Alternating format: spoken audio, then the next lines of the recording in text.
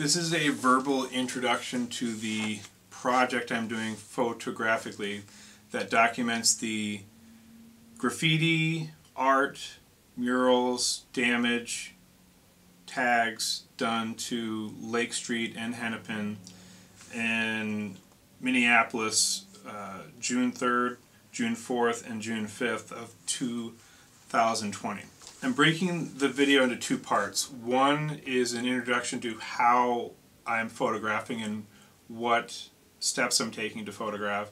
And the second part, part two, will be stories or the ideas that have been shared, stuff communicated to and from people along Lake Street, and ideas and concerns that I've learned while walking along Lake Street and getting to know the community there better. This will be the first time I've ever walked the entire length of Lake Street, which is far to just walk in one day.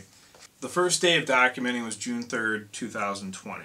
I walked along, I saw National Guard on that particular day, and they were in packs of 3 with 1 police officer for a pack of 4 total on street corners, and sometimes they would alternate every other or third corner and kitty corner, and I believe this was all along Lake Street, but I don't know how far because this was the only day that I saw National Guard and the police officers policing the corners as they did, and that was day 1.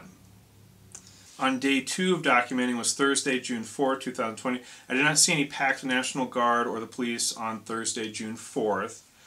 Could be due to the area I was walking or just the time they were no longer there, possibly. I don't know all the details of this. Except police were at the precinct close to Kmart and guarded by seemingly pleasant people in uniform. And I would have hung out with them more and talked to them more, except it would have been a little awkward or whatnot. I was just there asking, what rules as a photographer do I have to follow while I'm going around taking photos? They said specifically, as long as you're on a bike, which I was, pedal bike, you have no problem going anywhere. Just the only caveat the one police officer said to me was, make sure you do not say anything derogatory towards anyone. And I read between the lines, say just don't escalate anything, don't, but that was not said, don't escalate. It was just basically don't say anything derogatory towards anyone, which no problem here.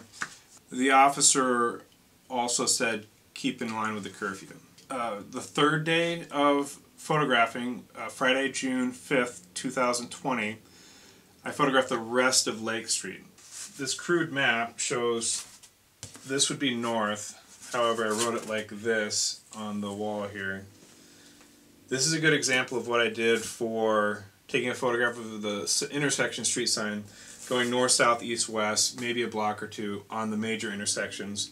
And sometimes I would just take a picture of the sign, street sign, and head in one particular direction, typically east down Lake Street. It'd be Hiawatha, Lake, Hennepin, day 1, day 2, day 3. There was a lot to photograph. It took quite a while. Day 3 did start at the destruction area, and you could smell the destruction everywhere you went. Everybody had their own experience viewing those demolished buildings. I had my own experience, I had my own perspective on it. All the other people there each had their own perspective on it. How I approached this project. I originally went out to photograph the main destruction area. Mangled metal and bricks having fallen down. It's something inherently, as a photographer, you know what you're going to get into visually. You kind of, but then when you get there, I originally went out to photograph just the destruction. I became educated as I drove along. As I drove along Hennepin, I had to stop my vehicle, bicycle, pedal bicycle in the back, And I had to stop because of all the artwork and the people painting these murals. Some positive reinforcements, some murals about George Floyd, depicting George Floyd. As I was seeing all this, I started realizing there's way more to photograph. I ran into one of the mural painters. I explained to him as he was painting and kind of closing up shop for the day that I went out to photograph originally just the destruction. And that was first and only, my only tunnel vision. And the altercation to the landscape. And then I started realizing there was more to the altercation of the landscape. All these boarded up windows, which I heard about, but didn't realize the effect it has on you until you see it. You're actually there and you see all the shops that are familiar to you just closed or seemingly closed. And you can't look inside to even see if these particular shops were damaged or not. As I was explaining to the artist, the mural painter, and when I realized there were so many art projects going on, I changed my focus. The more broader approach to photographing became aware to me. The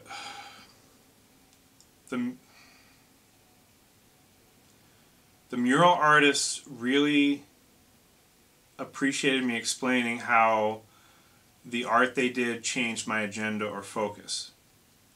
That I was no longer focusing on the destruction that I hadn't even seen yet. That I was stopping my whole day to just photograph the murals. The one particular mural artist thanked me for explaining that because I believe it made it more real for him. He explained that there's two different kinds of artists out here. There's some who are getting paid to do these murals. They're getting paid by the businesses to paint on their buildings or the boarded up windows. Some mural artists are not paid and they are technically possibly not supposed to be painting, but nobody's stopping them. However, they don't want to be photographed as much. While I was photographing, I asked painters if they wanted to be in or out of the photo as I was taking them. I tried my best to allow artists to avoid the framing of my camera as much as possible. A message to all the artists who are painting out there: you actually are changing things. You're changing the the landscape. You're changing. If all there was the destruction, without your paintings, then the entirety of the landscape would be destruction or closed off buildings. However, with the paintings, it broadens the scope of the landscape. You are changing the landscape aesthetically and spiritually. Your art is a needed distraction from the destruction. Because of the paintings, I did 3 days of photography instead of an intended one single day of just photographing the destruction. Please consider this if you think art is a waste of time and supplies. And if you think only in monetary ways, your business, if opened, will attract more people if painted beautifully, as people are doing. I might follow up with more photos of the same streets I've done. I obviously can't, I can, but I can't go to every single street in the United States and photograph everything there is to photograph. Rules that I kind of went by, for the most part. How many photos I took was based on what was there on the surrounding intersection. With buildings boarded up, I did not know what all buildings were burned, looted, both, or neither. I initially started taking pictures of boarded up windows, then decided to just take pictures of the more interesting boarded up windows and stores, regardless of murals and damage. If there was a window boarded with no art or tag, I did not necessarily photograph the window. However, sometimes I did. If there was a tag, I would for sure photograph the window. I did not know the meaning of all tags, and some of them I still don't.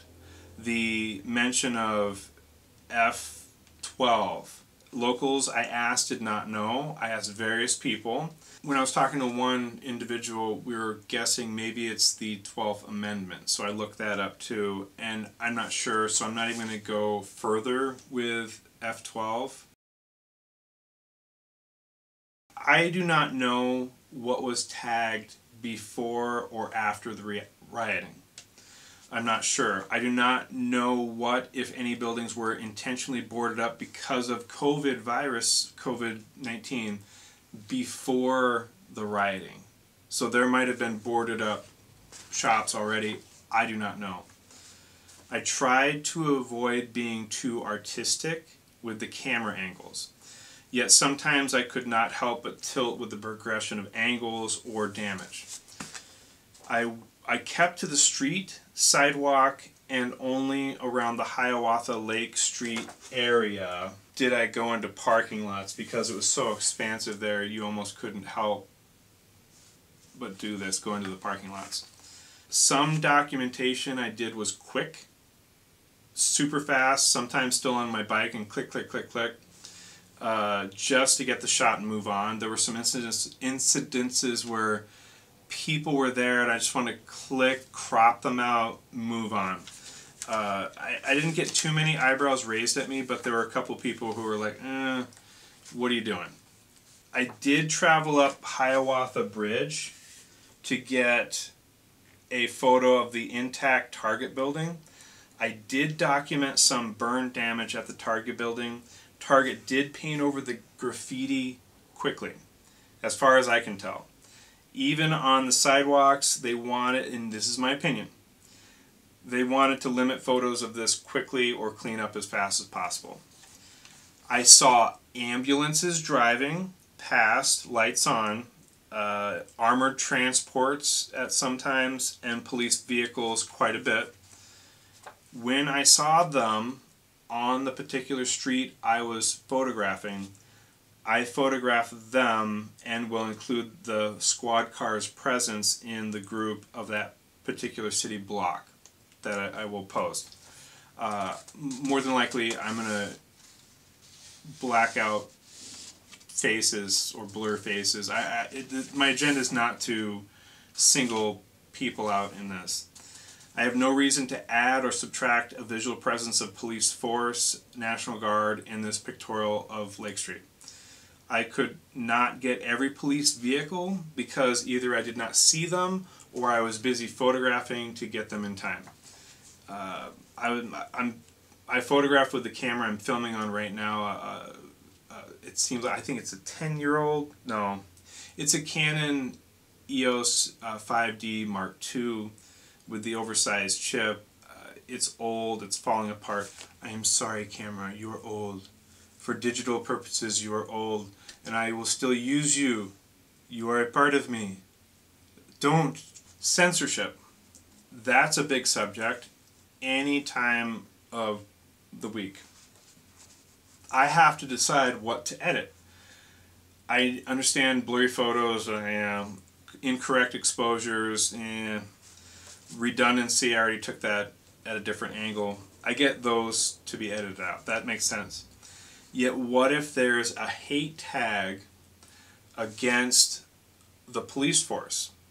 And I am understanding that not all police, this is the opinion time, I'm understanding that not every single police officer is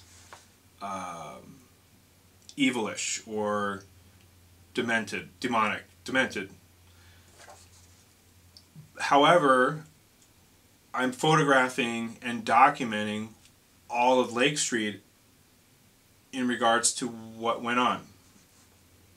What do? Do I edit these out and pretend they don't exist?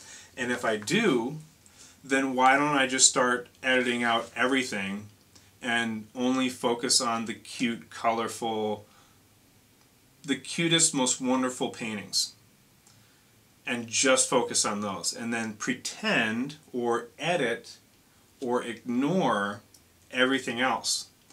What do I do? That's a big that's one of my biggest concerns about displaying these photographs that I've taken, because in a sense I'm reproducing or facsimiling any type of hate or derogatory remark that's on a building that I photographed. So on a personal level, I'm like, ugh. So that's something I have to wrestle with for the rest of your life as you watch videography or photography showcase. Realize that I, as a photographer, as I was going through this photography documentation, I can change the landscape. I can change almost anything I want to convey a certain atmosphere. If I wanted to, because there were different types of ethnicities, I could make the landscape a certain type of ethnicity if I wanted to. I would just have to wait for a different type of person to be in the exposure. That's all I had to do to change the demographic. I could crop and edit out destruction or expand the destruction, focus on it, focus away from it, micro, macro. I can do whatever I want. I tried to avoid it. Sometimes there were empty streets only because I waited for one car to move, but realized that it was so easy to get an empty, completely bare street as I went along. I get bad police or people who ruin it for the rest of good police or people in general, yet what do I do about censorshipping? Or if that's not a word, then censorshipisticness, which is a more adorable word for censorshipping, which may or may not be a word to begin with. I believe I will avoid editing as much as possible. I will blur out police and National Guard faces, license plates, phone numbers. Some people did pose for pictures, which I was like, whoa, this is amazing, including a fellow picking up trash and trying to help. Initially, I went out to document the damage on Lake Street, grab my camera and just go, experience it, see what I can make of it, take it in firsthand, see what and how the demographic of the land had changed because of the damage. I didn't realize that there was more to the demographic that had changed other than just the damage. It was the people and the artwork. I kept using the word demographic in this video, and as I'm editing and watching and hearing the word demographic over and over, I couldn't help but think, you keep using that word, I do not think it means what you think it means, but I kept using it thinking, oh, I'll look it up later after I filmed everything. Demographic, there's 5 main types of variables used for demographic. It's data and age, life cycle stages, gender, income, religion, race, and nationality. So to me, I was using the term demographic as the landscape, including all that, so the physical landscape. Or in this case, it will be the statistics of how many paintings there are and what the painting's colors are. That's how I'm going to use demographic in this video. And I don't apologize for me using a word the way it should have been defined. Honoring the destruction. Question mark. Should I honor the destruction? In my neighborhood, there was a garage being demolished.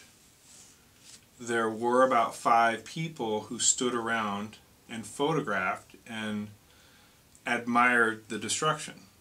However, a week went by and they started to rebuild the demolished garage, and there were 3 times as many people standing around watching how it was rebuilt. So the point of this is, there might have been so many people around for the destruction, I believe that will be changed 3 times or tenfold.